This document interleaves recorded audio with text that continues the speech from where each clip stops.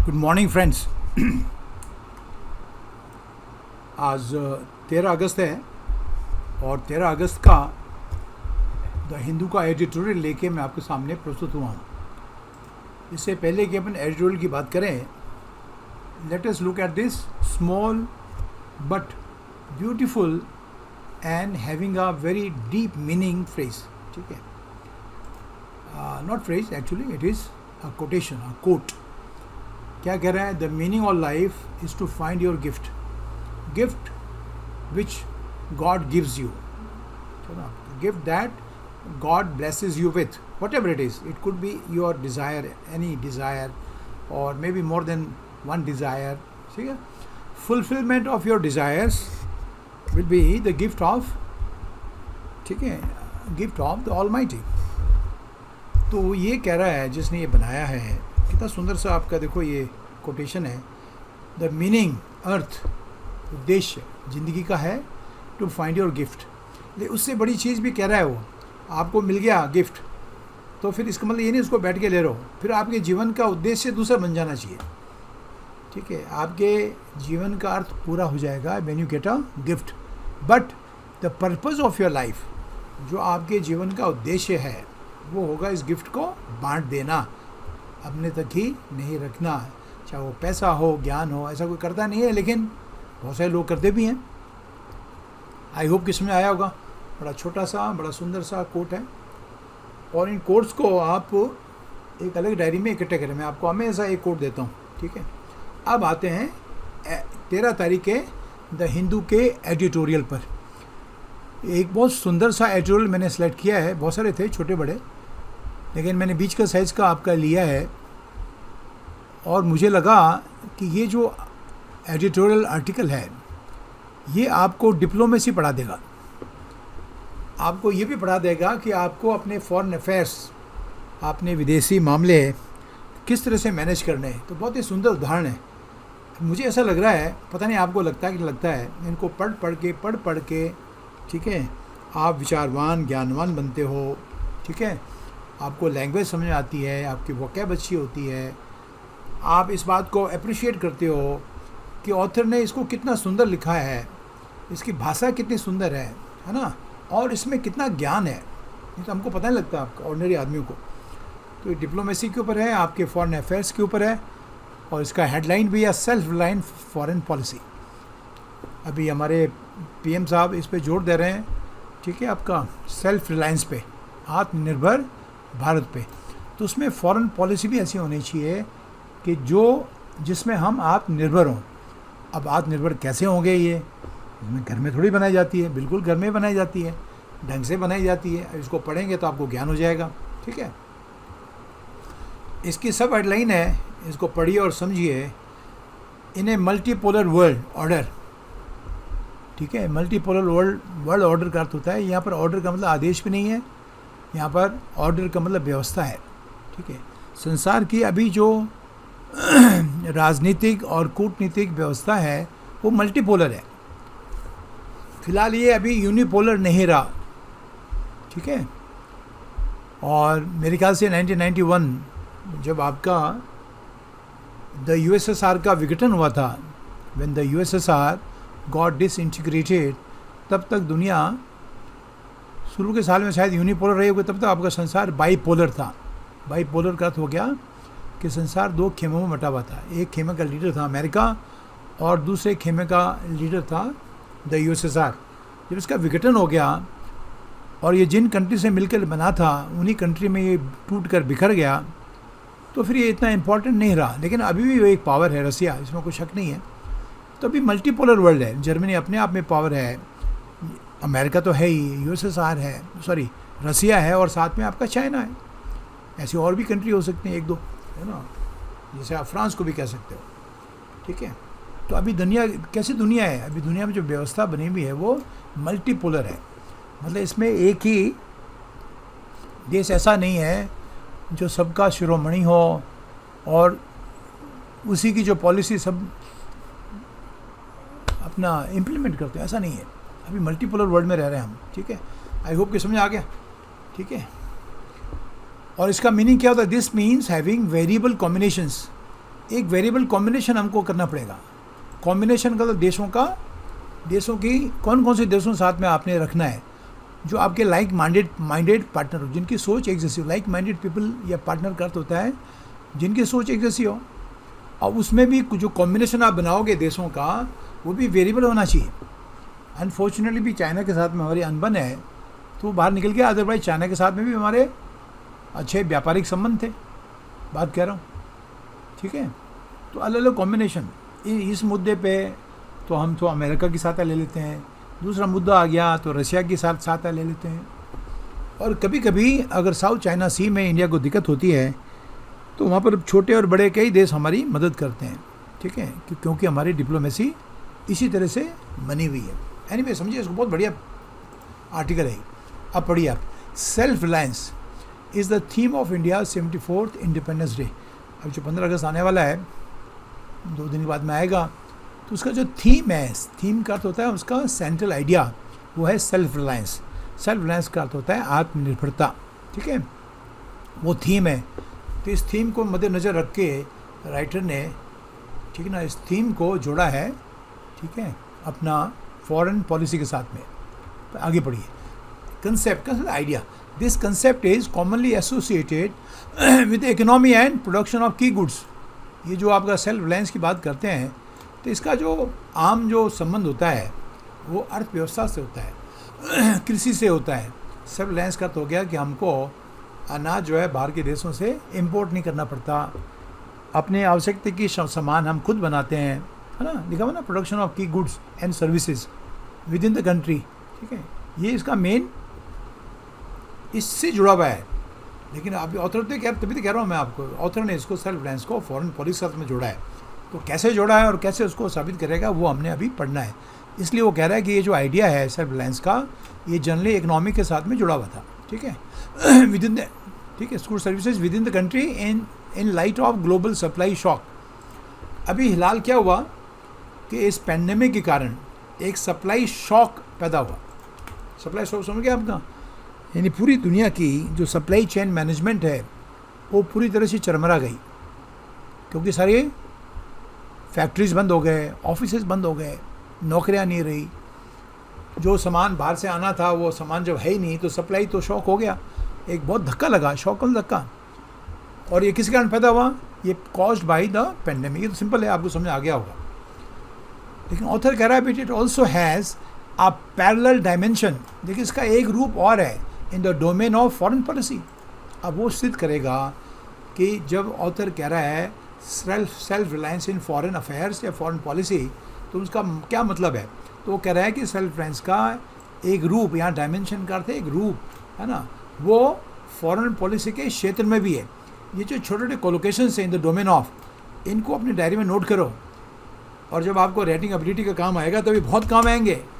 नहीं समझे आपका? इन द डोमेन ऑफ, ये फ्रेज है, डोमेन का क्षेत्र होता है, जस्ट राइट। तो इसका संबंध अभी, ठीक है ना, फॉरेन पॉलिसी के क्षेत्र में भी इसका संबंध हो गया। कैसे अभी ऑथर कहेगा, बताएगा। अब डोमेन बड़ा आना चाहिए। डोमेन का अर्थ हो गया क्षेत्र, ठीक है। अपन कहते हैं ना ये चीज़ पब्लिक डोमेन में है, तो ये इंटरनेट पे अवेलेबल है और anybody can access it, there is no problem, ठीक है। और कैसे बोला है? If the domestic goal is to reduce dependence on imports for critical commodities. Commodities का सामान होता है क्रिटिकल, मतलब बहुत ज़्यादा, जिनके बिना काम नहीं चलता। अगर आपका घरेलू जो आपका गोल है, घरेलू आपका जो एम है, गोल है, वो इम्पोर्ट्स पे डिपेंडेंस को कम करना है। किस चीज़ के लिए? क्रिटिकल कमोडिटीज़ के लिए, उस सामान के लिए जो क्रिटिकल हैं, जैसे दवाइयाँ हो गया, तो ना हथियार हो गए, गोला बारूद हो गया, ठीक है। The foreign policy corollary, foreign policy corollary का अर्थ होता है रिजल्ट, ठीक है ना। ये बहुत अच्छा शब्द है, मैं आपको स्पून फीडिंग नहीं कराऊंगा। आप घर में जाके इसको डिक्शनरी में जाके देखें, खुद पढ़ें इसको, और मेरे कमेंट सेक्शन में बताएं कि आपको कोरोलरी वर्ड्स समझ में आया है कि नहीं आया है, ठीक है। कई चीज़ें आपको अपने आप करनी पड़ेंगी, स्पून फीडिंग करने से बच्चे कमज़ोर हो जाते हैं, ठीक है। इसका अर्थ यूँ अर्थ होता है इसका रिजल्ट, कोरोलरी, ठीक है ना। तो फॉरेन पॉलिसी में जो इसका रिजल्ट हुआ है वो क्या हुआ है? वो ये हुआ है कि जो स्ट्रेटेजिक ऑटोनॉमी, ये थोड़ा बारीकी से सीखना पड़ेगा आपको, ठीक है।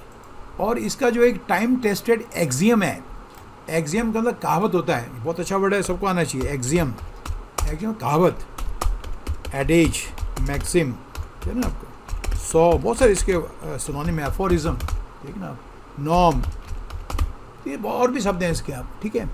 तो वो कह रहा है कि एक टाइम टेस्टेड का मतलब ऐसी कोई चीज़ जो समय की कसौटी पे खरा उतरा हुआ है, जिसको बार बार समय ने जिसका टेस्ट लिया है और वो ठीक लगी है, उसको कहते हैं टाइम टेस्टेड। जैसे अपन कहते हैं ना आपका कि ये जो है दवाई है ये टाइम टेस्टेड है, इसका मतलब क्या हुआ, कई बार इसका परीक्षण हो चुका है, ये बिल्कुल ठीक निकली है। अब उसको ये स्ट्रेटेजिक ऑटोनॉमी, ये आपने समझना है। ऑटोनॉमी का तो स्वायत्ता ना, स्ट्रेटेजिक का अर्थ होता है रणनीति, ठीक है ना, रणनीति से संबंधित, ठीक है ना, उसको, है ना, उसमें हमने ऑटोनॉमी हासिल करनी है। और अभी नए परिप्रेक्ष्य में, ठीक है, हमको उसको थोड़ा सा रिकैलिब्रेट करना पड़ेगा। जब किसी चीज़ को आप कैलिब्रेट करते हो तो उसका माप तोल ठीक करते हो, ठीक है, कितना लगेगा, कितना उसका लंबाई चौड़ाई मोटाई गहराई, ये सब होनी चाहिए, उसको कहते हैं कैलिब्रेशन, ठीक है ना। कैलिबर का अर्थ होता है कि जब बंदूक की कैलिबर की बात करते हो तो बंदूक की जो बैरल होती है उसका नाप होता है कैलिबर, ठीक है। और कैलिब्रेट का अर्थ क्या हुआ, साइंस में 20 बार इस्तेमाल करते हो आप, उसको नाप तोल करना। लेकिन अभी उसको रिकैलिब्रेट करने की आवश्यकता है। क्यों करने की आवश्यकता है, क्योंकि समीकरण चेंज होते रहते हैं। चाइना के साथ में हमारा खटपट हो गई, ठीक है, तो अब हमको अपनी जो स्ट्रेटेजिक ऑटोनॉमी है उसको रिकैलिब्रेट करना पड़ेगा। ऐसा भी नहीं हो सकता कि हम अमेरिका के साथ में मिल जाएं, एक गुट बना लें, क्योंकि भारत की हमेशा पंडित जवाहरलाल नेहरू के टाइम से सब रहा है कि हमने हमेशा नॉन अलाइंड रहे हैं। हम लोग नॉन अलाइंड का अर्थ होता है गुट निरपेक्ष रहे, हम किसी गुट में शामिल नहीं हुए, उससे हमको बहुत फ़ायदा हुआ। और जो आपका नॉन अलाइंड मूवमेंट था, जिसको नाम कहते थे, अब वो उसकी सार्थकता नहीं रही, क्योंकि अभी वर्ल्ड जो है यूनिपोलर नहीं है, बाईपोलर नहीं है, सब अब पावरफुल है नेशंस आपकी। चाइना अपने उसमें है, अमेरिका तो है ही, जर्मनी है, रसिया है। तो अभी तो उसको हमको अपनी स्ट्रेटेजिक ऑटोनॉमी को थोड़ा सा मापदंड उसका चेंज करना पड़ेगा। क्या किया जाए, कैसे बैलेंस किया जाए, मैं समझ गया आपका कि यहाँ कैलिब्रेट का था, आप उसको बैलेंस करना समझ लो, ठीक है, ये करना पड़ेगा हम, ठीक है। अब आगे और समझाकर ऑथर इसको पढ़िए आपका, ठीक है। ये वर्ड आने चाहिए, द टाइम टेस्टेड, है ना, it is a time tested remedy for so and so. इसका मतलब ऐसे ही आपका उपचार जो बिल्कुल टनाटन है, कई समय से इसके ऊपर परीक्षण हुए हैं, टेस्ट हुआ है बार बार, तो ये आपको आना चाहिए। और स्ट्रेटेजिक ऑटोनॉमी, ऐसे शब्द आपको सीखने, अपनी डायरी में लगाने आपने, ठीक है। और स्ट्रेटेजिक ऑटोनॉमी का अर्थ होता है कि रणनीति के संबंध में हम स्वायत्त होने चाहिए, आत्मनिर्भर होने चाहिए, ठीक है। ये नहीं है कि अमेरिका कहे कि ऐसा कर दो आप, नहीं, हमको अपना खुद का सोचना है, ठीक है, क्योंकि हमको सबकी जरूरत पड़ेगी, अमेरिका की भी जरूरत पड़ेगी, रसिया की भी पड़ेगी। और कई लोग तो ये भी समझते हैं कि ठीक है चाइना के साथ में खटपट है तो इसको एक लिमिट तक रखो, बहुत ज़्यादा मत करो, आप ये सोच के चलो। लेकिन वो सरकार की नीतियों के ऊपर आधारित है, आप और हम कुछ नहीं कर सकते। लेकिन कुछ लोगों का ऐसा भी वो है, नुकसान दोनों पार्टनर को नुकसान होगा, बात कह रहा हूँ। लेकिन चाइना को भी अपने संबंध सुधारने के लिए प्रयास करने चाहिए, वो तो कर नहीं रहा है, ठीक है ना। तो भारत को अभी अपने इस ऑटोनॉमी को, ये जो हमारी वो है स्ट्रेटेजिक ऑटोनॉमी, इसको थोड़ा रिकैलिब्रेट करना पड़ेगा। इसमें थोड़ा इधर से काटा, इधर जोड़ा, इसका साथ संबंध बनाया, उसको छोड़ दिया, ऐसे कुछ करना पड़ेगा। अब उसकी हिस्ट्री में थोड़ा सा वो जा रहा है कि ये ऑटोनॉमी हमने कैसे बनाई और कैसे इसको मेंटेन किया, इसको अभी तक बनाए रखा। तो उसमें ऑथर कह रहा है कि इंडिया हैज़ हिस्टोरिकली, यानी इंडिया की हिस्ट्री ऐसे, और इंडिया प्राइडेड इटसेल्फ, ये बहुत अच्छा फ्रेज है, ये आपको आना चाहिए सबको, ठीक है। और टू प्राइड वन सेल्फ का अर्थ होता है गर्व होना। कितने सुंदर सुंदर फ्रेज मिलते हैं आपको, प्राइड वन सेल्फ, इसका तो जो फील प्राउड ऑफ समथिंग, इसका एक सेंटेंस भी देता हूँ आपको, आप इसको यूज़ कर सकें, आप feel proud of oneself. अगर मैं आपको I pride myself pride myself on being an Indian. ये भगवान, तो मुझे इंडियन होने पे गर्व है। This what it means. तो इंडिया को इस बात का गर्व है कि इंडिया हमेशा क्या रही है, हिस्टोरिकली रही है as an independent developing country, ठीक है ना, एक विकासशील देश रहा है और बिल्कुल इंडिपेंडेंट। हमारे ऊपर किसी ने थोपा नहीं, किसी भी पावर ने नहीं थोपा, और न हमने किसी को अपने ऊपर कोई बातें थोपने दी, ठीक है। हाँ, संबंध सबसे अच्छे बना के रहे, और जैसे जरूरत पड़ी तो अपने ये जो आपके स्टडी ऑटोनॉमी है इसको हमने कैलिब्रेट किया, रिकैलिब्रेट किया, और सिचुएशन के अनुरूप उसको बना दिया। अब रसिया भी हमें मदद करता है, ठीक है, और अमेरिका भी करता है, बहुत सारे राष्ट्र करते हैं, ज़्यादातर राष्ट्र करते हैं। ऑस्ट्रेलिया हो गया, जर्मनी हो गया, फ्रांस हो गया, ये बड़े बड़े कंट्रीज़ हैं, और छोटी कंट्रीज़ भी करती हैं। साउथ चाइना सी में Cambodia, Vietnam, Japan, south Korea. अब कुछ कंट्रीज़ हैं जो रोग स्टेट कहलाती हैं। रोग समझते हैं आपका?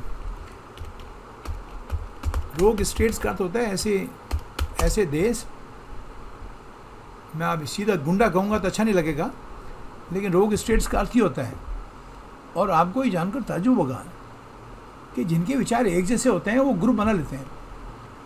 इसमें और भी कंट्रीज़ हैं, लेकिन मेन आपके ये 3 हैं, चाइना, पाकिस्तान और नॉर्थ कोरिया। अब समझ आ गया होगा इस ग्रुप की, ठीक है ना, आपका बनावट, ठीक है। तो ये ऑथर क्या कह रहा है कि हमें से एक इंडिपेंडेंट डेवलप कंट्री है which does not take orders from, जो किसी से आदेश नहीं लेता। कोई हमको कह नहीं सकता आपने ऐसा करना है। हम अपने देश के हितों को देखकर हम उसको कोई काम को करते हैं, हमको कोई ऑर्डर नहीं दे सकता, हम ऑर्डर लेते भी नहीं किसी से। आप और succumb to pressure from great powers, तो दुनिया की जितनी भी, स्कम टू प्रेशर का अर्थ होता है प्रेशर के नीचे झुक जाना। ये फ्रेज को लिखो, ठीक है, बहुत अच्छा ये फ्रेज है, टू स्कम टू प्रेशर। इसका अर्थ होता है टू ईल्ड टू प्रेशर, ठीक है,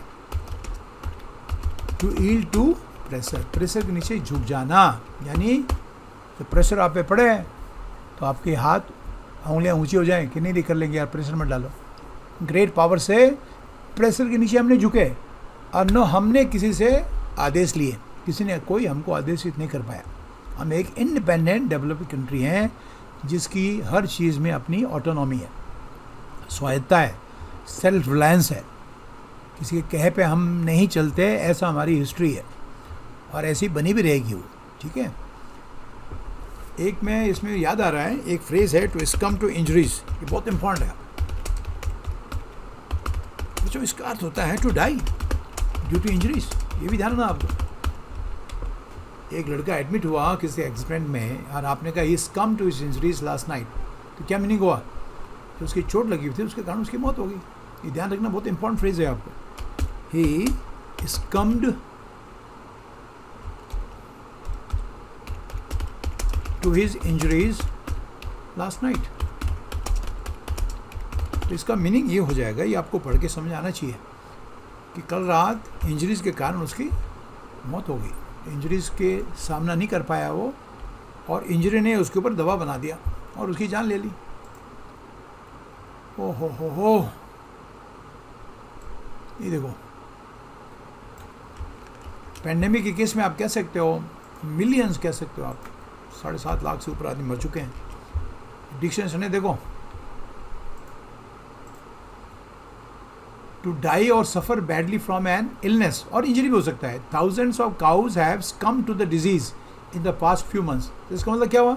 इस बीमारी के कारण हज़ारों गायें मर गई हैं। तो ये मैं सेने हटा रहा हूँ, आप इसको डिक्शनरी में भी देखें आपका, ठीक है। मेरे पास साधन है इसलिए मैं आपको बता पाता हूँ, नहीं तो कैसे बताऊँगा। तो दोनों ध्यान रखना, we never succumbed to pressure from, ठीक है, पावर्स, ठीक है, और he is come to his injuries last night, ये आना चाहिए आप, ठीक है।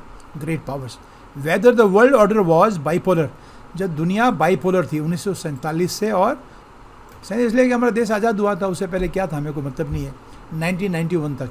इसमें मैं जिक्र करा था 1991 का, तो दुनिया बाइपोलर थी। बाई का मतलब 2 होता है, ठीक है, 2 पोल्स थे। एक पोल में का जो वो था, हेड था, वो अमेरिका था, दूसरे का आपका द यूएसएसआर था। 1991 में रसिया का, यानी नॉट रसिया का, सॉरी, द यूएसएसआर का विघटन हो गया, है ना। और फिर वो इतनी बड़ी कंट्री रही नहीं, टूट गई वो। और क्यों टूटी? वो इकोनॉमिक हालत के कारण। मैं आपको बता रहा हूँ, इसके ऊपर तो मैं आपको 1 घंटे का भाषण दे सकता हूँ, because I have seen it with my own eyes. ध्यान रखना।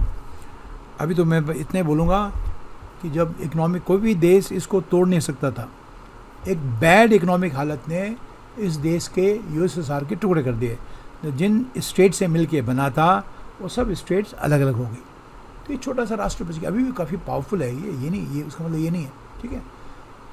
और फिर ये यूनिपोलर हो गया, जो यूएसएसआर नहीं रहा। तो 1991 से 2008 तक ये यूनिपोलर, यूनि मीन्स एक, और उस पोल का जो हेड था वो था द यूएस, द अमेरिका, है ना आपका अमेरिका। और आगे ऑथर लिखा, when the US entered a long cycle of economic crisis. और फिर क्या हुआ उसके बाद में, 2008 के बाद में, 2008 में आपको पता है कि विश्व में बहुत बड़ी मंदी आई, अमेरिका की हालत खस्ता हो गई, वहाँ पर बहुत सारे इकोनॉमिक क्राइसिस आए, आर्थिक संकट आए। दुनिया की सबसे बड़ी बैंक, ये इसका मतलब होगा अमेरिका की पहली बैंक, मेरे ख्याल से if I am not forgetting, तो उसका नाम था लेमन ब्रदर्स, 3 दिन में समाप्त हो गई। उसमें उसकी कैपिटल थी लगभग $9 ट्रिलियन, और हमारी इकोनॉमी की साइज़ थी $2 ट्रिलियन, पूरी भी नहीं थी। तो कल्पना कर सकते हो तब कितना बड़ा बैंक था। तो इकोनॉमिक चीज़ें बहुत ख़तरनाक होती हैं, ठीक है। और फिर क्या हुआ, and China caught up with, अब ये फ्रेज बहुत शानदार है, कैच अप विथ का अर्थ होता है बराबरी करना, क्यों ना, इसका अर्थ होता है come to level. America, China उसके लेवल में आ गया, ठीक है। तो फिर क्या हुआ, आप चाइना को ये नहीं कह सकते, चाइना भी अपने आप में एक सुपर पावर के रूप में है, इसमें कोई शक नहीं है। Caught up with it in overall power. अब पावर को जब नापा जाता है तो देश की साइज है, पॉपुलेशन है, ठीक है। तो छोटा देश कोई वर्ल्ड पावर नहीं बन सकता। इंडिया में वर्ल्ड पावर बनने की क्षमता है, लेकिन उसको अपने इकोनॉमिक्स को ठीक करना पड़ेगा। और बहुत सारे लोगों को गरीबी रेखा से हटाना पड़ेगा जो उसके नीचे रह रहे हैं। तो अब समझेगा आगे आपको कि ओवरऑल पावर में चाइना ने उसके बराबर आ गया है। China came to the US's level, ठीक है। और अभी ब्रेक में लगा प्रेजेंट टाइम्स, अरे अभी वही हालत है, चाइना किसी से कम नहीं है, ध्यान रखना। The need for autonomy in making foreign policy choices has remain constant. और इसलिए फॉरेन पॉलिसी में ऑटोनॉमी, आत्मनिर्भरता, स्वायत्ता बनाए रखने का चॉइसेस सेम रही, वो चेंज नहीं हुई। चेंज क्यों करना है? अमेरिका नहीं, यूएसएसआर नहीं था तो अमेरिका हो गया। उसके बाद में 2009 में संसार का वर्ल्ड ऑर्डर चेंज हो गया, है ना। और बहुत सारी कंट्रीज़ पावर के रूप में उभरी। ध्यान रखना आप, जर्मनी उसमें बहुत पावरफुल है, ये आपको पता होना चाहिए। तो जर्मनी को हमने नाराज़ नहीं करना है, ध्यान रखना। इवन ऑस्ट्रेलिया, वो ऑस्ट्रेलिया किसी और कारण से कि हमारे बिल्कुल बगल में है। Showing flexibility. और ऑथर का दूसरा पॉइंट है कि हमको थोड़ा लचीलापन दिखाते हैं हम इसमें हम रिजिड नहीं रह सकते। फ्लेक्सिबिलिटी का अर्थ होता है लचीलापन, रिजिलियंट, है ना आपका। और इसका उल्टा होता है क्या, रिजिडनेस। रिजिडनेस में फिर नुकसान हो जाता है। ये इसका उल्टा है, एंटोनिम है किसका, फ्लेक्सिबिलिटी का। अपने नोट्स बनाओ तो लिखा करो, वीडियो को देखो, बाद में उसको डाउनलोड करो और एक एक शब्द को सीखो। मैं आपको कह रहा हूँ, अगर आपने ढंग से सीखा तो कमाल कर पाओगे आप, ठीक है। येट फिर भी वो कह रहा है strategic autonomy has often been adjusted in India's history. फिर भी हमने इस ऑटोनॉमी का थोड़ा सा एडजस्ट किया है, एडजस्ट करना पड़ेगा as per the changing milieu. This very important word. Milieu का अर्थ होता है बच्चों एटमॉस्फेयर, इन्वायरमेंट, लेकिन ये पर्यावरण नहीं है मिल्यू। हाँ, जो आपको आपकी सराउंडिंग्स हैं, इन्वायरमेंट है, उसको मिल्यू कहते हैं आपको, बस यार, ठीक है। बार बार बड़ा हो जाता है मिल्यू, ठीक है। इन्वायरमेंट, एटमॉस्फेयर, चारों तरफ का वातावरण।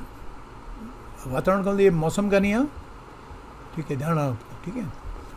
तो जैसे जैसे आपका चारों तरफ का वातावरण था उसके हिसाब से इंडिया ने अपना ऑटोनॉमी को थोड़ा सा उसमें एडजस्ट किया, थोड़ा इधर थोड़ा उधर करना पड़ता है। In moments of crisis Bharat के अपने देश के सामने बहुत सारे संकट के भी मोमेंट्स आए।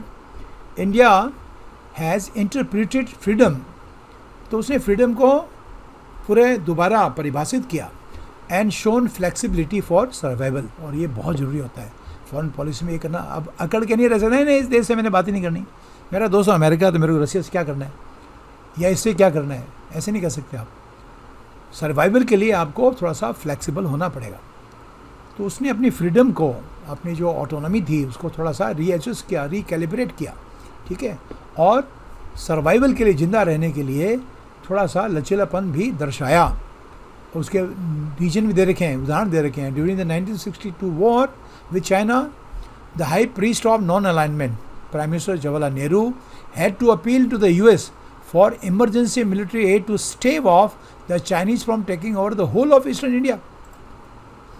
अभी हिस्टोरिकल फैक्ट है, अब कोई माने चाहे ना माने, लेकिन हिस्टोरिकल फैक्ट है। इसमें जो आपका फ्रेज है टू स्टेव ऑफ, ये बहुत इंपॉर्टेंट है, ठीक है। और इसके बाद में मेरे ख्याल से एक और फ्रेज आ रखा है बहुत शानदार, एक सेकेंड। हाँ,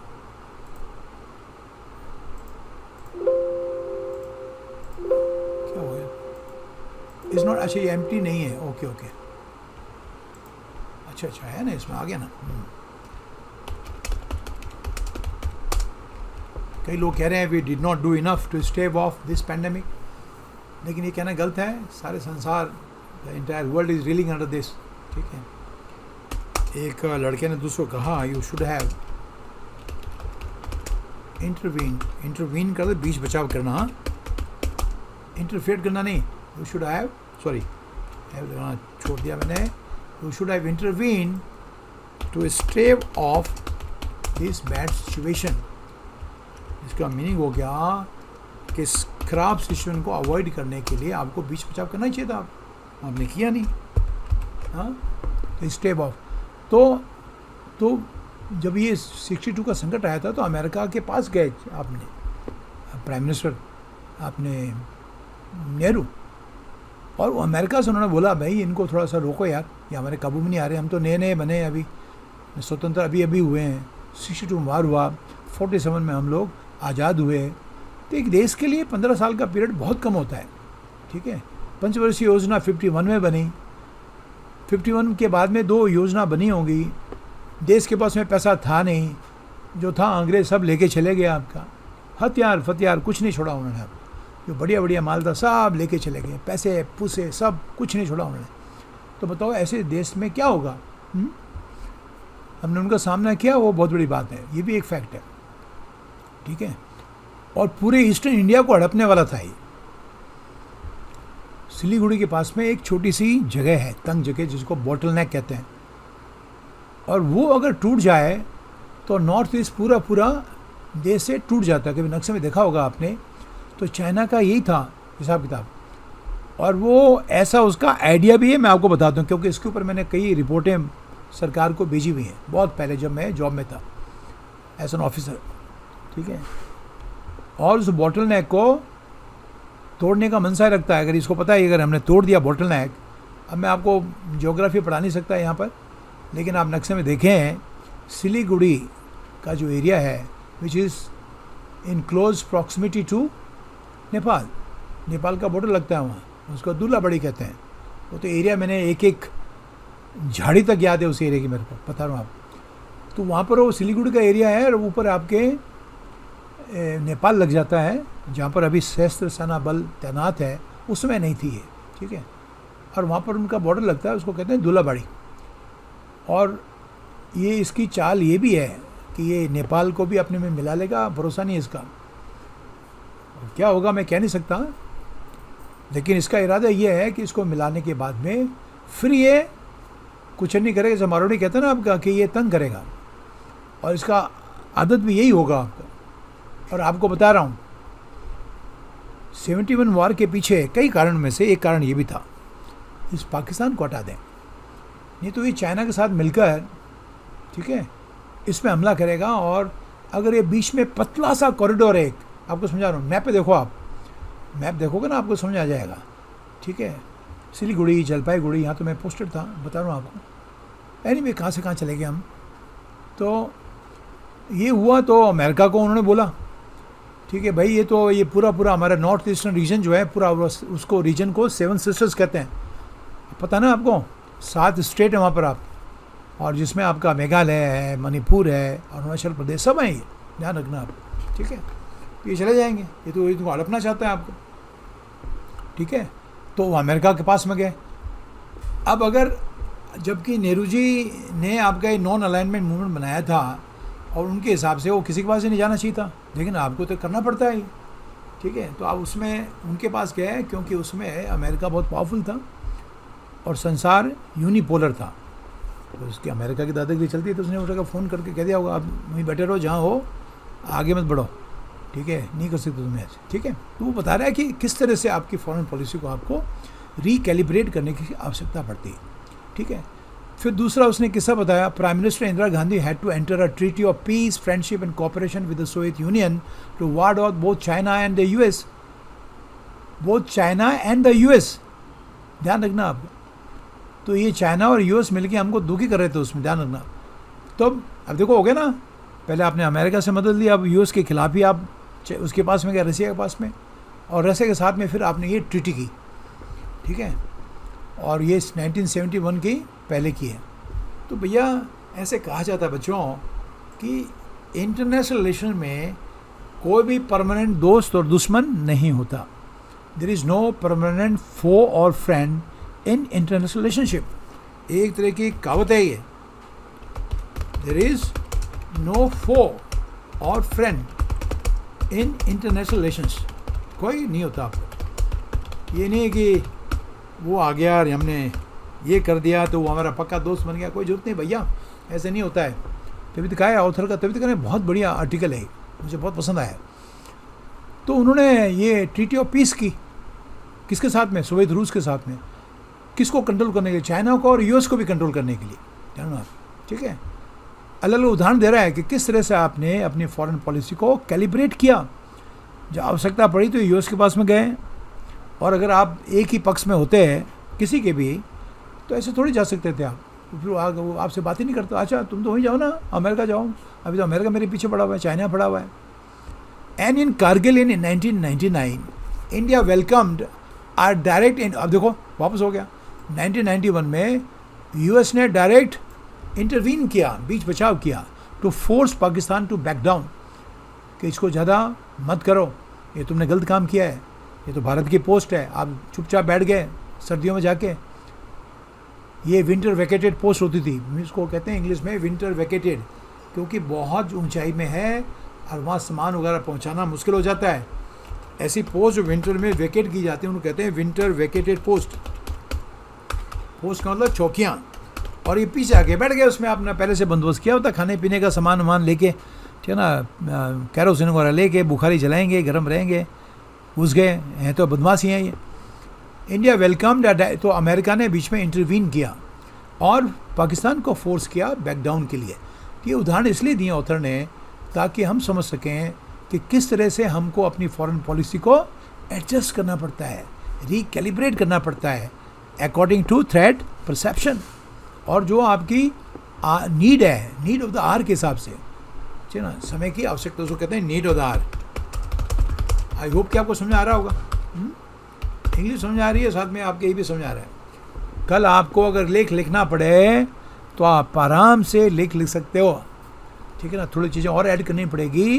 कोई लिख दे आ गया आपके एग्ज़ाम में, राइट अ 400 वर्ड्स ऐसे ऑन इंडियाज़ फॉरेन पॉलिसी, तो आपका 3/4 काम तो इसी में हो जाएगा, फर्स्ट क्लास आपका। ये समझा रहा हूँ आप। और पढ़ना लिखना और समझना सब आना चाहिए, ठीक है। तो उन्होंने सोवियत के साथ में, ये सोवियत, उसमें ये नेचुरली सोवियत यूनियन थी, रसिया नहीं था, पूरा यूएसएसआर था, तो उनके साथ में हमने ये ट्रीटी की to ward off, same meaning है स्टेव ऑफ और वार्ड ऑफ, ठीक है, उसको रोकना, टू वार्ड ऑफ, इसमें आ गया वार्ड ऑफ, सेम मीनिंग है वार्ड ऑफ को बच्चों। वार्ड ऑफ का तो होता है टू अवॉइड, ठीक है।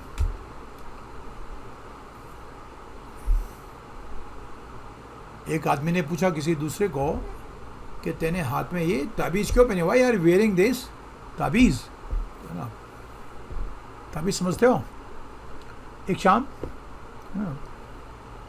तो उसने कहा wear this charm to ward off evil spirits, ठीक है आपका, ताकि मेरे जो हैं पास में इविल स्पिरिट्स पास में ना आए, दुष्ट आत्माएं मेरे से दूर रहे, और जैसे मैंने पहना है तू भी मेरे से दूर है, ऐसे मजाक में तो अच्छा तुम मेरे को दुष्ट आत्मा बता रहा है, ठीक है। I wear this charm to ward off evil spirits, ward off का मीनिंग हो गया, तो ये वार्ड ऑफ किया उन्होंने चाइना और उसको, है ना। और कारगिल में तो अमेरिका ने डायरेक्ट इसको किया, फिर क्या हुआ, और इंडिया ने इसकी तारीफ की, India welcomed direct intervention by the US to force Pakistan to back down, और पाकिस्तान जो है पीछे हट गया, जीता तो नहीं वैसे भी वो हमसे कभी नहीं जीता आज तक, लेकिन परेशानी तो और भी पैदा कर सकता था। In all the above examples, author कह रहा है ये एग्जाम्पल में क्या देखा आपने, India did not become any less autonomous when geopolitical circumstances compelled it to enter into de facto means real alliance like cooperation with major powers। ये तुमने समझना है, और इस लेवल में ये समझ पैदा करनी है कि मेरे को ये सेंटेंस पढ़ के समझ आ गया, de facto का मतलब होता है आपका रियल, ठीक है। आप ये सारे एग्जाम्पल हैं जिसमें ये बताया गया कि अलग अलग अलायंस के साथ में उसने और मेजर पावर के साथ में कॉपरेशन किया, लेकिन उससे भारत की जो ऑटोनॉमी है, ठीक है आपका, वो किसी भी हालत में कम नहीं हुई, ध्यान रखना, ये बहुत इंपॉर्टेंट है। आगे पढ़िए, रादर बल्कि इसके विपरीत, India secured it's freedom, India ने अपनी आज़ादी को बचाया, मजबूत किया, सिक्योर का मतलब होता है मजबूत करना, सुरक्षित किया, अपनी सोवरेनिटी को, अपनी स्वायत्ता को, स्वयं प्रभुता को, कि हम अपने ही मालिक हैं, सोवरेन का अर्थ होता है, India is a sovereign country ऐसे बोलते हैं ना अपन। एक चीज़ और बता रहा हूँ आपको, कई बच्चों को इसके अंदर ना आपका ये स्पेलिंग में उनको दिक्कत होती है, सोप का मतलब स्वयं होता है, रेन का मतलब शासन होता है, बस अगर आपको रेन वर्ड आ गया, रेन का मतलब क्या, रेन का मतलब होता है रूल, शासन, तो ये सोवरेन वर्ड भी आपको याद हो जाएगा। तो अगर मैं ऐसे कह रहा हूँ कि India is a sovereign country, तो भारत एक स्वयं प्रभु देश है, तो सोवरेनिटी आपने आगे लगाना है, तो निटी नहीं, सोवरेनिटी ऐसे बोलना है, तो इसमें टी लगा देना आप, सर्टेनिटी की तरह, सोवरेनिटी, तो हमने उसको भी बचाया। टेरिटोरियल इंटेग्रिटी बचाई, मनूवर का अर्थ होता है किसी चीज़ को टैक्टिकली मूव करना, बहुत ही सावधानी से हर चीज़ को टैकल करके, this is called manoeuvring. Manoeuvring की आपके दो स्पेलिंग है, ये तो आपका ब्रिटिश स्पेलिंग है, ठीक है, इसलिए इसमें ये यू है पहला वाला, इसमें रेड लाइन लगेगी क्योंकि इसमें ओ भी लगा हुआ है, अमेरिकन स्पेलिंग में वो नहीं लगता है, समझाना। इसका अर्थ होता है किसी चीज़ को मूविंग समथिंग टैक्टिकली, बड़ी कहते हैं टैक्टफुली किसी चीज़ को मूव करना, ठीक है ना आपको, बहुत ही सावधानी से, सूझबूझ से। तो ये सब चीज़ें मैंने बचाई, फ्रीडम को बचाया, अपने सॉवरेनिटी को बचाया, अपने टेरिटोरियल इंटेग्रिटी को अखंड रखा। टेरिटोरियल इंटेग्रिटी का अर्थ होता है हमारे जो क्षेत्रीय, हमारी जो अखंडता है उसको हमने बचाया। कैसे बचाया? By manoeuvring the great power equations and playing the realpolitik game. और वो जिसको कहते हैं रियल पॉलिटिक। रियल पॉलिटिक का अर्थ कुछ नहीं है, ठीक है, ये वर्ड ठीक है, हाँ, ये जर्मन वर्ड है जो इंग्लिश में शामिल हो चुका है। रहने लगी इसमें रियल पॉलिटिक, छो लगी आप, लेकिन डिक्शनरी में है ये, मैं देखता हूँ एक सेकेंड, ठीक है। और बहुत इसका अर्थ होता है रियल पॉलिटिक का, पॉलिटिक, ठीक तो लगाया नहीं टी तो मैंने, लेकिन रेल लाइन फिर भी लगी हुई है, लेकिन डिक्शनरी में मेरे ख्याल से ये वर्ड है रियल पॉलिटिक। हाँ, मैं तो आपको बताता हूँ। तो ऑथर ये बताने की कोशिश कर रहा है कि हमने किया, लेकिन चूंकि हम ठीक थे, ये डिक्शनरी में आया क्यों नहीं? ऐसा तो नहीं इसमें हाइफन हो, वो भी नहीं है।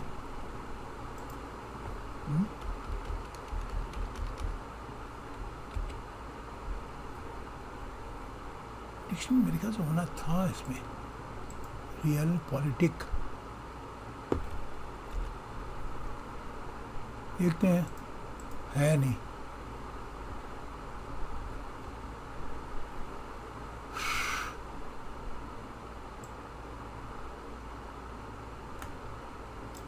होना तो चाहिए था यार, ये क्या अब आ गया, तो क्या मुसीबत है यार। अब मैंने कहा ना होना चाहिए था। इसको कहते हैं प्रैक्टिकल पॉलिटिक्स, इसको कहते हैं रियल पॉलिटिक्स।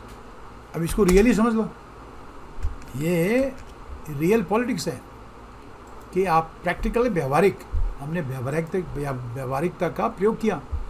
जब आवश्यकता पड़ी तो अमेरिका के पास में गए, कि अमेरिका और चाइना थोड़े से टेढ़े मेढ़े हो गए तो हम रशिया के पास में गए। फिर दोबारा हमने अमेरिका को हमको मदद करने के लिए कहा, किया उसने। और आजकल तो अमेरिका और इंडिया के आपस में अच्छे वो हैं। तो रियल पॉलिटिक क्या स्पेलिंग, अच्छा ओहो सॉरी, मैंने पॉलिटिक कर दिया, ये एक्चुअली रियल पॉलिटिक है। अब इसमें रेलेंट हट जानी चाहिए शायद, रेलेंट क्यों नहीं हट रही यार। ये डिक्शनरी वर्ड तो है रियल पॉलिटिक, ठीक है। एक सेकंड चेक कर लो, कोई गड़बड़ ना हो जाएगा भी यार। पॉलिटिक है, पॉलिटिक, लेकिन रेड लाइन बनी हुई है। चलो कोई बात नहीं, आप समझ गए ना, रियल वर्ड तो खुल ही गया। ये डिक्शनरी एंट्री बच्चों ध्यान रखना, ठीक है। रियल पॉलिटिक ये वर्ड जर्मनी से लिया गया है। प्रैक्टिकल पॉलिटिक्स जो आपने अंतर्राष्ट्रीय संबंधों में राजनीति अपनाई, वो बहुत ही व्यवहारिक थी। और अगर आप तभी तो कहता फ्लैक्सिबिलिटी, उसने ऊपर लिखा ना फ्लैक्सिबिलिटी, ये फ्लैक्सिबिलिटी अंतर्राष्ट्रीय संबंधों में बहुत जरूरी है। ध्यान रखना आप, किसी को आपने परमानेंट दोस्त या परमानेंट दुश्मन नहीं माना। कल अमेरिका हमारे अगेंस्ट में हो सकता है, कल चाइना हमारा सबसे बड़े, ठीक है ना, आपका सबसे बड़ा दोस्त बन सकता है, पाकिस्तान भी बन सकता है। ऐसे हमने नहीं रखना है। इन अंतर्राष्ट्रीय संबंधों में ना कोई दोस्त होता है परमानेंट, ना कोई दुश्मन होता है। ये बहुत बड़ी बात है, ठीक है। तो इसके अंदर ना ये नहीं देखे जाते मॉरल्स एंड प्रिंसिपल्स है ना, आपका सिद्धांतों की, नैतिकता की उसमें बात नहीं होती है। वो प्रैक्टिकल पॉलिटिक्स है। जरूरत पड़ी, ठीक है, तो अमेरिका से ले ली, अमेरिका अगेंस्ट में हुआ तो रूस से ले लिया। रूस नहीं, मतलब उसमें द USSR था। अब समझ आ गया आपका। तो हमने ये सीखा कि किस तरह से रियल पॉलिटिक गेम खेलना है। आई होप कि सबको समझ आ गया आपका। हाँ आगे चलो। अरे बाप रे, ये बहुत बड़ा है। अरे जल्दी करो यार बच्चों, ये तो समझा रहा सब लोगों को। अरे भैया आसान नहीं होता है, बड़ा मुश्किल होता है ये कराना, और तुम देखते नहीं हो। मेरे को इतनी अफसोस है, कभी मुझे इच्छा होती है इसको बंद कर दूँ, टाइम ख़राब होता है, कोई काम का है नहीं।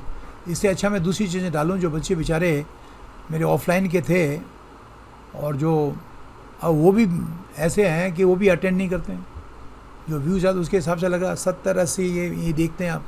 इतने इंपॉर्टेंट टॉपिक्स हैं, माय गॉड, टॉपिक भूल जाता हूँ। आप मैंने एडवर्ब्स कराए हैं, मैंने आपको पूरा नॉन फाइनाइट वर्ब के पूरे कराए हैं, एक एक चीज़ को आप। और अभी मैं थोड़ी देर में मतलब हो सकता कल ही प्रेपोजिशन शुरू कराऊंगा। अब देखते नहीं, फिर रोएंगे आपका, सर हमारा कोर्स पूरा नहीं हुआ। क्यों नहीं हुआ? आप देखो, थोड़ा सा बुरा भी लगता है, गुस्सा भी आता है कि बच्चे को अकल ही नहीं है यार। आप फ्री में इतने बढ़िया क्वालिटी का मिल रहा है, दूसरे दुनिया भर के आपके चैनल्स हैं, उनके साथ कंपेयर क्या करूं, पता लगेगा। हाँ चलो, अब देखेंगे भैया, उनका फ़ायदा होगा बच्चों। मैं तो कहूँगा आप देखो, इसमें कोई टाइम वेस्ट नहीं है ये। और अगर हो तो आप मुझे बता देना, तो मैं इसको देना ही बंद कर दूँ आप, और मैं देना ही बंद भी कर सकता हूँ, ये आपको बता दूँ कि उसमें मेरे को बहुत कष्ट होता है, बहुत टाइम लगता है, ठीक है। 1 घंटे से ऊपर का वीडियो बनता है, फिर उसको मैं वो करूँ, एडिट करूँ, वीडियो को डालूँ, उसके अंदर मैं 20-20 मिनट के आपके 5-6 वीडियो डाल दूँगा। Anyway, today although there is no prospect, prospect संभावना, यहाँ पर प्रोस्पेक्ट वर्ड का अर्थ होता है संभावना। ऑथर कह रहा है कि आज हालांकि एक outright war means Sidhi war, straight war with China की संभावना नहीं है। मैं भी ये कहता हूँ, सबको पता है कि चाइना सीधा युद्ध करने वाला नहीं है। युद्ध करेगा तो बहुत सारे देशों को बीच में आना पड़ेगा, क्योंकि बैलेंस ऑफ पावर का सवाल होता है, शक्ति संतुलन का, तो ये कर नहीं सकता है। और भी इतने सारे देश तो उसके साथ में नाराज हैं ही, तो और देश नाराज हो जाएंगे, ठीक है।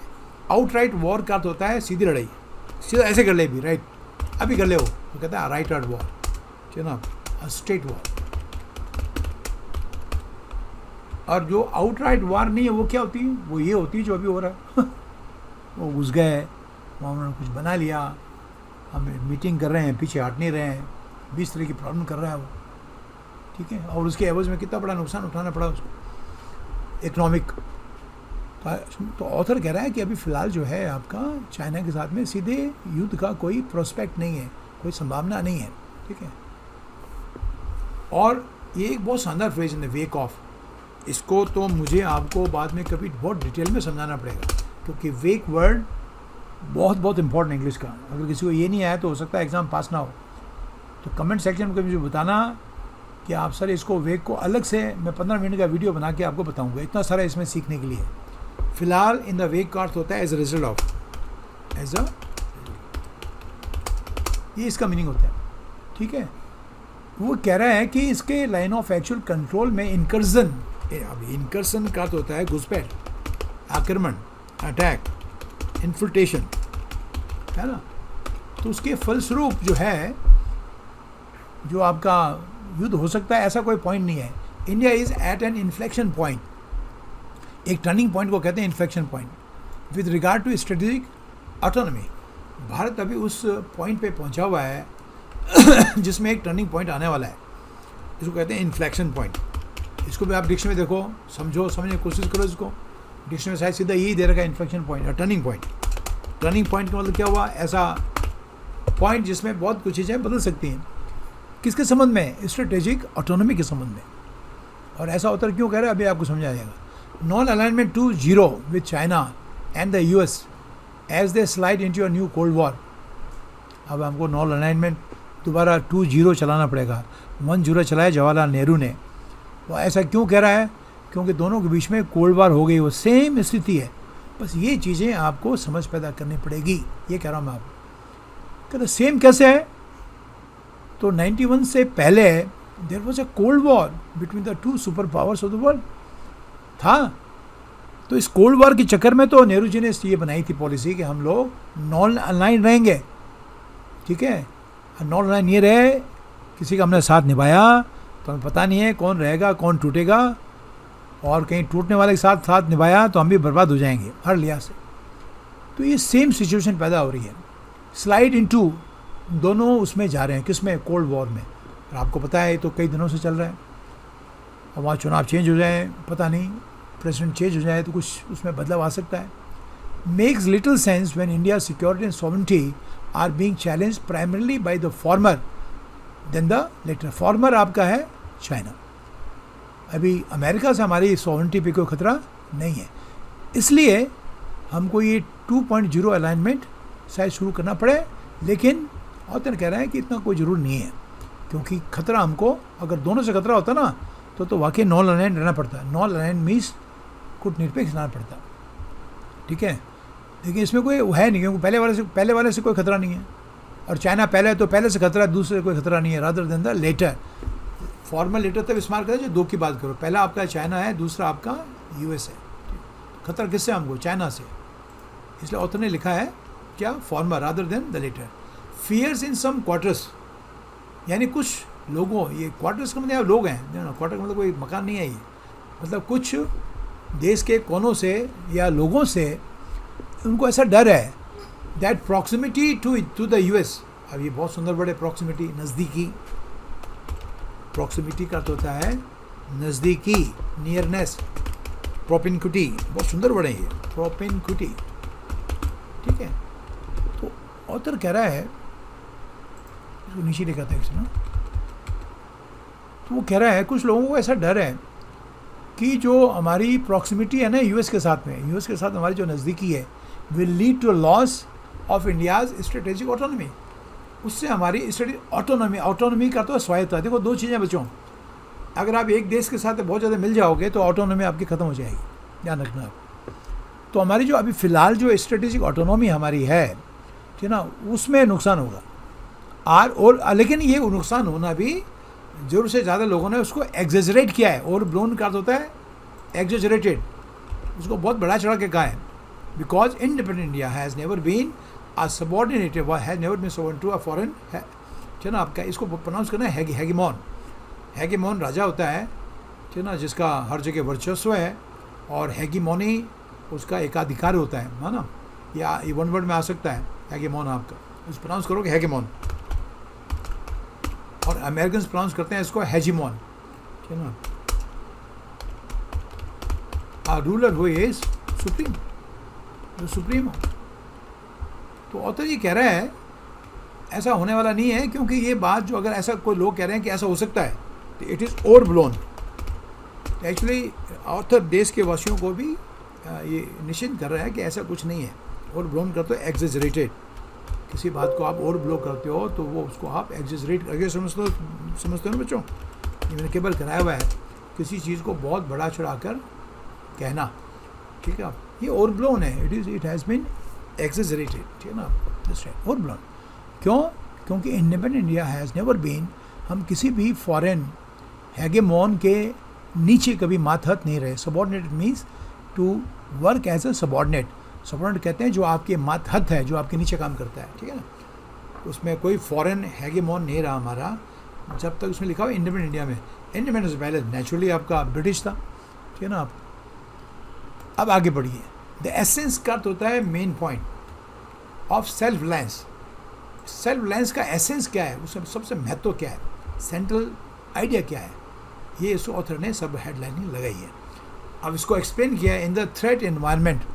अगर ऐसा कोई चारों तरफ से वातावरण बने जिसमें हमको किसी चीज़ से थ्रेट हो, खास करके मार्क्ड बाई या पुशी चाइना। पुशी उसका आदमी कहते हैं कि जो एरोगेंट हो, जो लोगों को धक्का देता हो, ये उसको कहते हैं पुशी। ये हमेशा हमेशा धक्का, कुछ ना कुछ धक्का लगाता रहेगा ही। Which the US is now beginning to confront. और आजकल क्या हो रहा है कि अमेरिका उससे सीधा कन्फ्रंट कर रहा है। ये फ्रेज़ है बहुत शानदार, आपको आना चाहिए।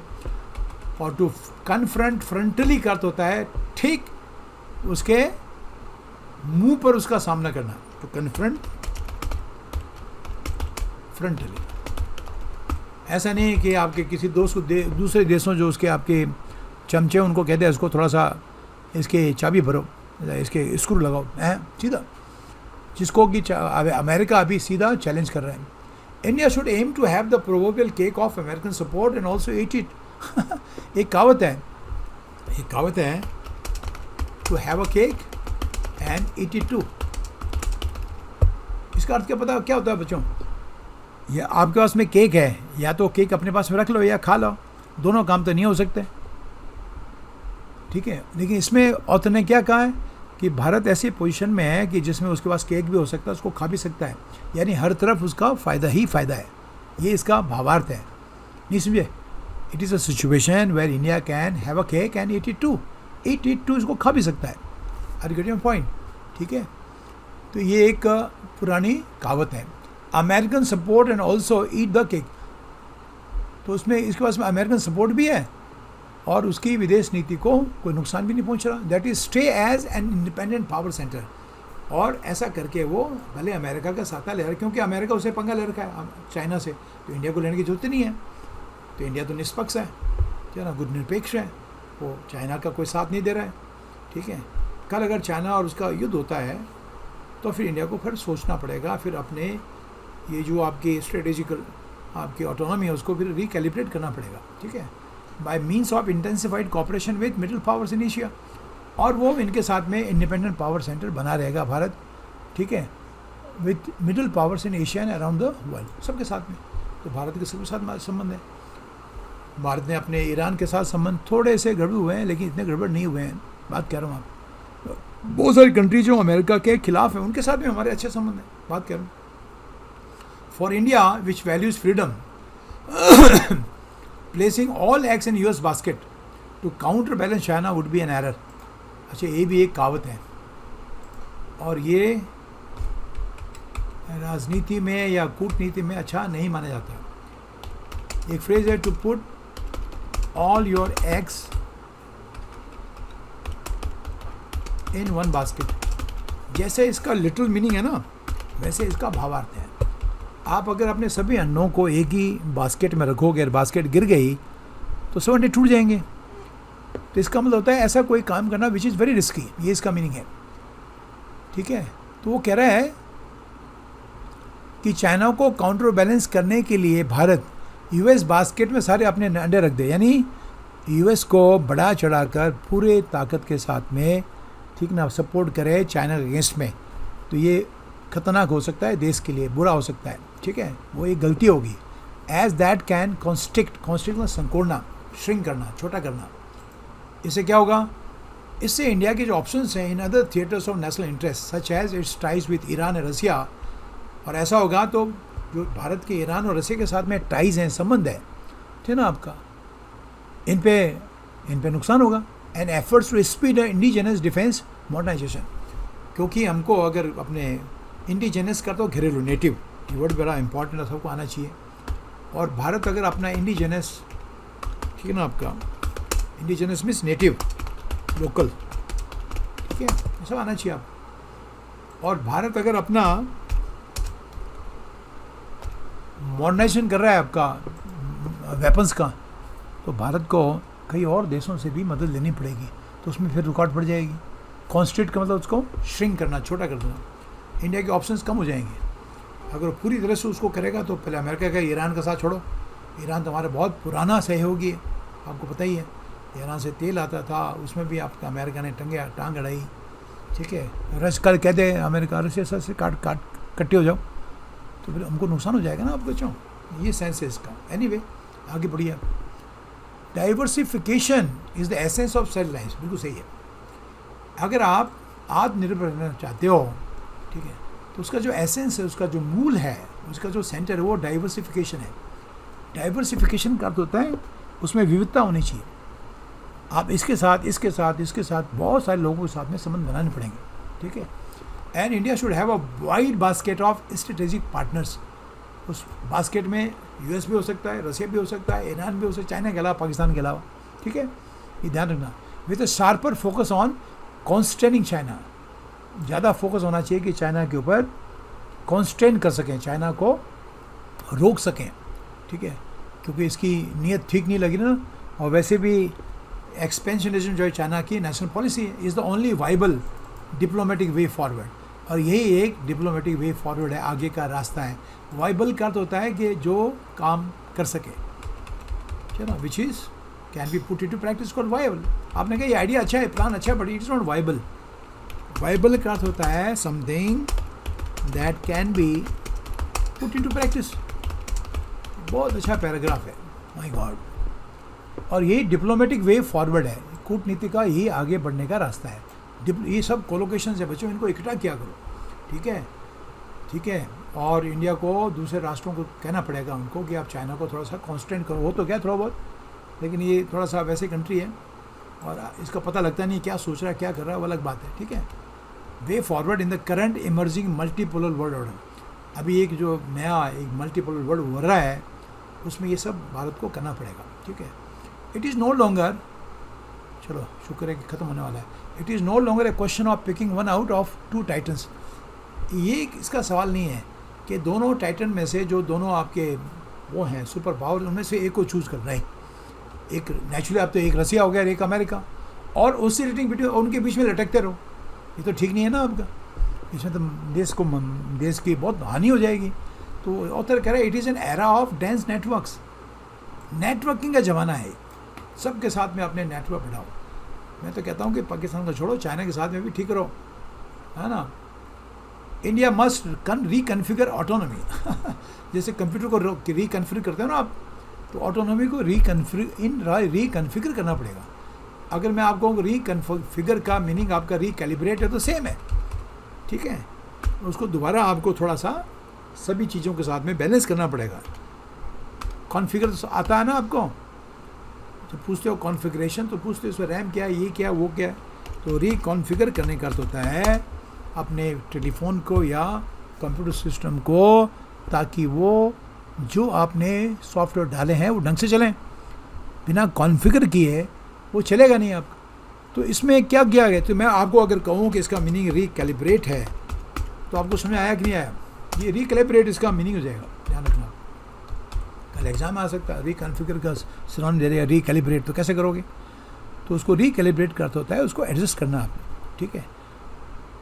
ऑटोनॉमी कौन सी वाली? Strategic autonomy, स्वायत्ता।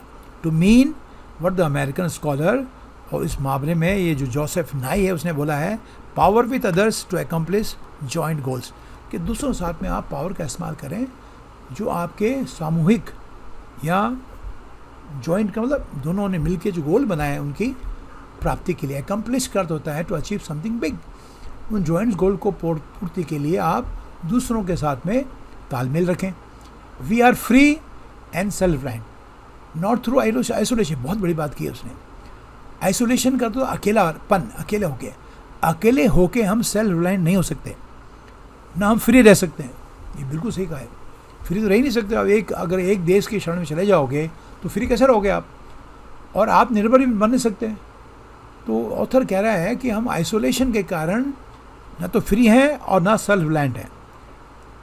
और अलायंस के साथ में विद वन ग्रेट पावर, ना तो आइसोलेशन में किसी का हमारा कोई संबंध नहीं भाई, ऐसे भी नहीं रख सकते। और ना किसी देश के साथ में, किसी ग्रेट पावर के साथ में आप अपना अलायंस बना सकते हो। अलायंस का मतलब संबंध, but only in variable combinations. That's right, ये एसेंस है। आप एक ऐसा कॉम्बिनेशन बनाओ जिसमें चीज़ें चेंज होती रहे। तो इसमें दो वर्ड उभर के आया ना, रिकॉन्फिगर और कैलिब्रेट। रिकैलिब्रेट बहुत इंपॉर्टेंट है। With several like minded partners, ये पहली बात ऑथर ने कहा था। India is familiar with the phrase multi vector. Multi vector का अर्थ ही होता है कि जिसमें बहुत सारी संभावनाएं हों फॉरेन पॉलिसी की। It is time to maximise its potential. अब समय आ गया है कि इसकी संभावना को हम और ज़्यादा बनाएं, संभावना उसको बढ़ाएं, मैक्सिमाइज इट्स पोटेंशियल। ये जो हमारी मल्टी वेक्टर फॉरेन पॉलिसी है, इसके संभावना को हमको और ज़्यादा बढ़ाना चाहिए। और जो ऑथर है, लेखक है, ये श्री राम चौलिया साहब हैं, Jindal school of international affairs के डीन है। तो हल्का फुल्का आदमी ने जिसने ये लिखा है। तो मेरे को उम्मीद है बच्चों ये आपको पसंद आया होगा। थोड़ा लंबा था, बड़ा था, गूढ़ था, बहुत सारी चीज़ें समझने की थी। तो मुझे उम्मीद है कि आपको समझ में आया भी होगा, और नहीं आया है तो इसको 2-3 बार पढ़ें, ठीक है। तो चलो मिलते हैं फिर अगले वीडियो में।